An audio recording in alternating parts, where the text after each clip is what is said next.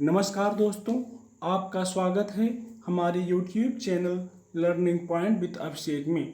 यहाँ आपको मिलता है प्रतिदिन न्यूज़पेपर का डिक्टेशन। इसलिए अगर आप हमारे चैनल पर पहली बार आए हैं तो चैनल को सब्सक्राइब कीजिए और बेल आइकन प्रेस कीजिए ताकि अगले वीडियो की नोटिफिकेशन आप तक सबसे पहले पहुँचे।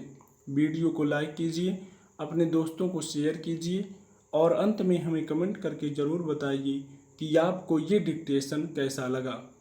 आज का टॉपिक है चुनौती का सामना। Ready, start. कोरोना संकट के बीच भारत के लिए यह खबर निश्चित ही सुखद कही जानी चाहिए कि मुंबई में एशिया की सबसे बड़ी झुग्गी बस्ती धारावी ने अपने को काफ़ी हद तक संक्रमण से बचा पाने में कामयाबी हासिल कर ली है। भले देश के भीतर इसकी चर्चा हो या ना हो, कोई इन प्रयासों की तारीफ करे या ना करे, लेकिन विश्व स्वास्थ्य संगठन ने कोरोना संक्रमण को फैलने से रोकने के मामले में धारावी की प्रशंसा की है। यूं भारत में कोरोना से निपटने के लिए केरल मॉडल और भीलवाड़ा मॉडल की भी काफ़ी सराहना हुई है, लेकिन इनकी तुलना में धारावी की चुनौती ज़्यादा बड़ी इसलिए है क्योंकि यहाँ लाखों लोग तंग बस्तियों में रह रहे हैं, जिनके पास स्वस्थ जीवन जीने के लिए न्यूनतम बुनियादी सुविधाएं भी नहीं हैं। यहाँ की झुग्गियों और कोठरियों में 10-10 लोगों का रहना आम है।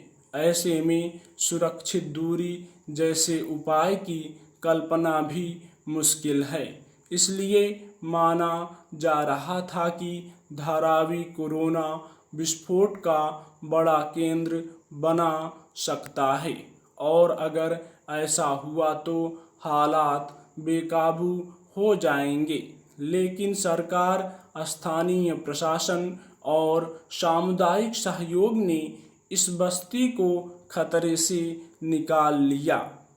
यह इस बात का संदेश है कि भले हमारे पास अभी कोरोना का कोई इलाज ना हो, पर्याप्त संसाधन ना हो, लेकिन महामारी के प्रसार को रोकना बहुत हद तक हमारे हाथ में है।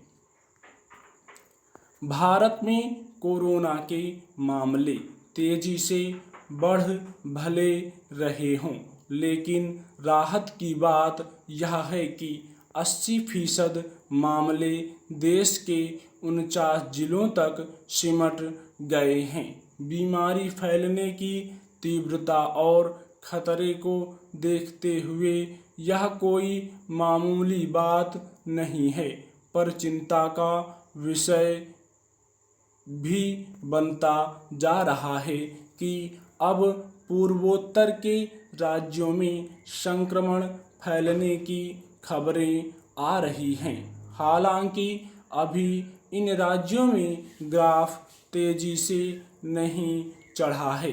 अब तक देश में कोरोना संक्रमण के 8 लाख से ज़्यादा मामले सामने आ चुके हैं। ज़्यादा मामले सामने आने की वजह जांच में तेजी आना भी है। 1,15,00,000 लोगों की जांच हो चुकी है। सुखद यह भी है कि कोरोना संक्रमितों के स्वस्थ होने की दर भी तेजी से बढ़ रही है। इसलिए इसे फैलने से कैसे रोकें, इस पर ज़्यादा जोर देने की आवश्यकता है।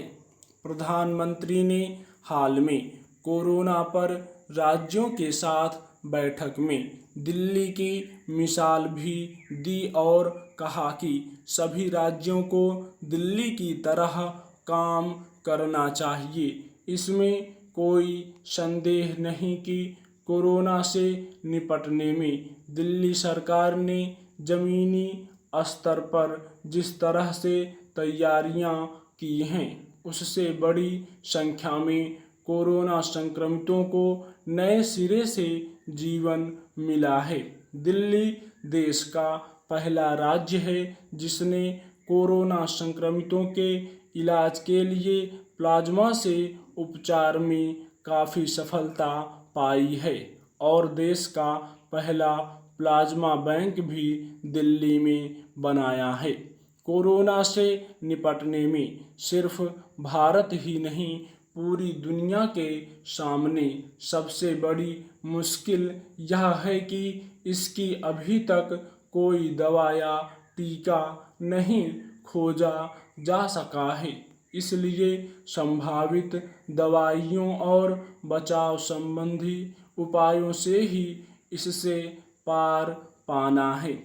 इसलिए बेहतर यही है कि हम धारावी, भीलवाड़ा, दिल्ली से सीख लेते हुए संक्रमण के प्रसार को रोकने के उपायों पर जोर दें। ऐसे समेकित प्रयासों के आगे महामारी की प्रचंडता भी कमजोर पड़ सकती है। स्टॉप।